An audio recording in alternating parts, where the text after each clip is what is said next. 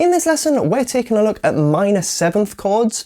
Now this is part of my 7th chord lesson series where we've already looked at dominant 7ths and major 7ths, so do check those out if you haven't already, as you'll want the full range of chords to tackle the songs that we're going to look at later on in the series.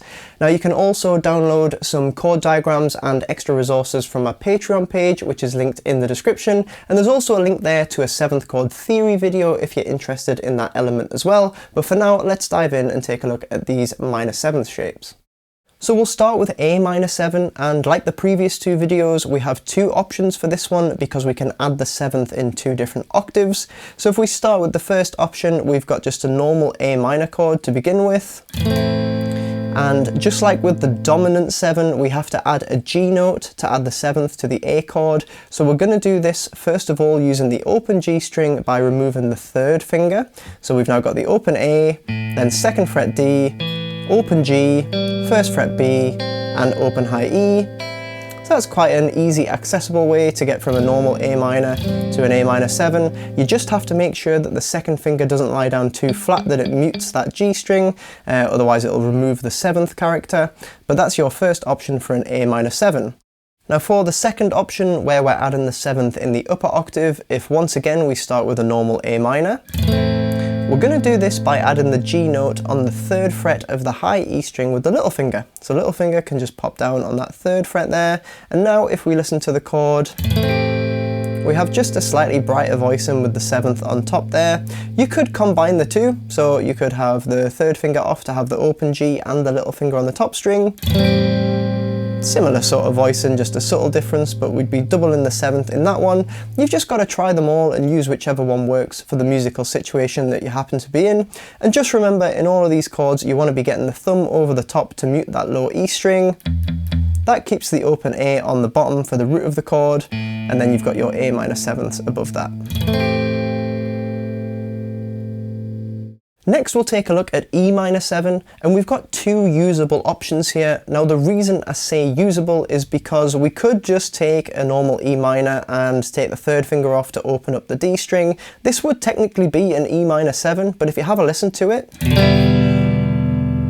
sounds a bit nasty and a little bit muddy, tends not to crop up too much in songs, so generally the 7th in the upper octave is added to create an E minor 7. So I'll show you how to do that now. If we take normal E minor, the 7th would be a D note, and we can add a D note on the 3rd fret of the B string. We can do that with little finger, just pops down here. Feels a little bit like the second option of the A minor 7, but if I give that a strum for you, that's quite a nice E minor 7 voicing. Now I like to play E minor with my middle two fingers, which is why I'm using little finger at the top, but if you're one of these people who uses 1st and 2nd finger for E minor, that's fine as well. You can use the 3rd finger to play this top note, or you could probably use little finger as well.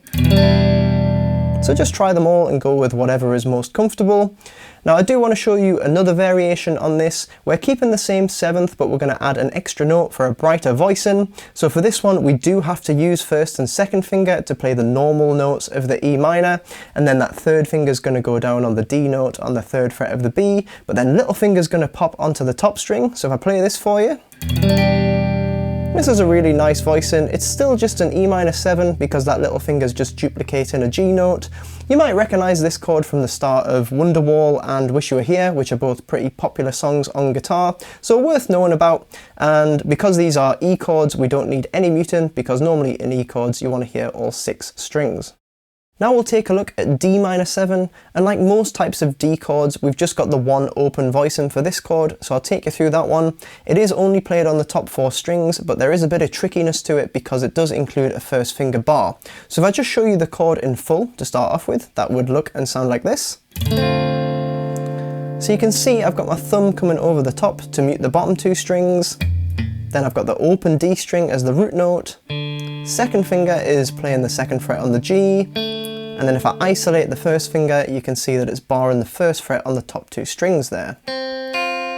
So when you're playing this chord in full, you have to make sure that there's not too much curvature in the joint at the top of your 1st finger, otherwise it won't be able to lie flat and get those top 2 strings. What commonly tends to happen is when the 2nd finger goes down, it bends the 1st finger as well, so you end up with the top string just a clicky noise because it's muted and not fretted properly. So try and flatten that 1st finger and get all the notes ringing out. You probably want to start with the thumb on the back of the neck so you can squeeze the fretboard a little bit more, but once the chord is sounding consistent and all the notes are ringing out, then think about trying to get used to the thumb coming over the top, so when you strum, you're only hearing the notes in the chord. I guess if you really struggle with the barred element, you could fret every note with a different finger like this. That might get you by for a little bit, but to be honest, I think it's worth confronting the bar, especially if you're at this stage in your playing, because you're going to have to tackle bar chords at some point, and like the D major 7 in the previous video, this is quite a friendly one, so I'd probably aim to try and master this style of D minor 7, because then you add this chord to your repertoire, and it's a good foot in the door for bar chords going forward. And finally, we're going to take a look at B minor 7.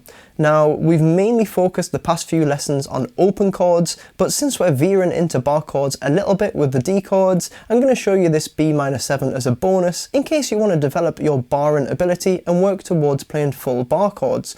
Plus, we've got a lesson on barred 7ths coming up, so it makes sense to start exploring them at this stage.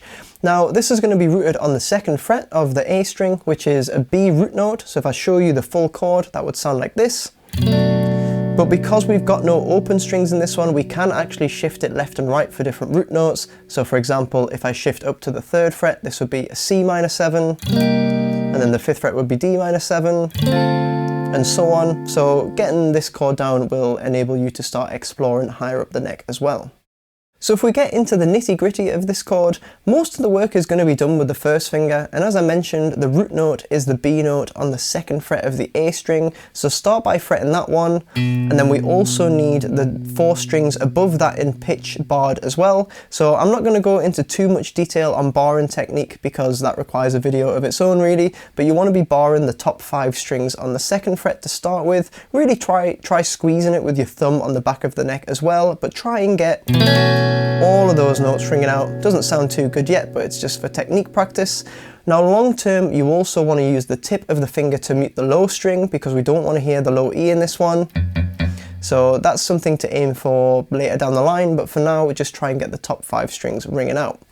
In terms of the other fingers, we're going to add the 3rd finger onto the 4th fret, so 2 frets higher on the D string. So we've got 2nd fret A, 4th fret D, then we're hearing the 1st finger bar on the G string, still on the 2nd fret. That's actually the 7th, and then the 2nd finger is going to go down on the 3rd fret of the B, so we've got this. And then once more, we've got 1st finger barring the top string.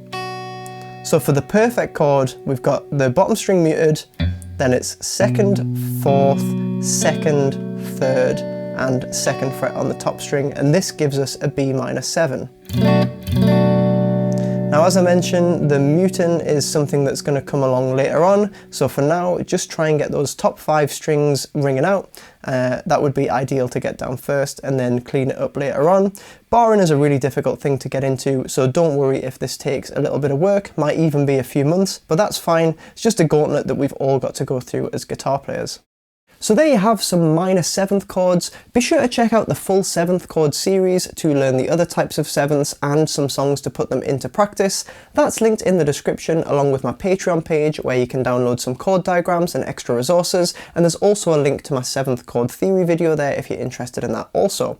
Be sure to subscribe for more content and give this video a like if you found it helpful, and I'll see you in the next one where we're going to take a look at barred 7th chords.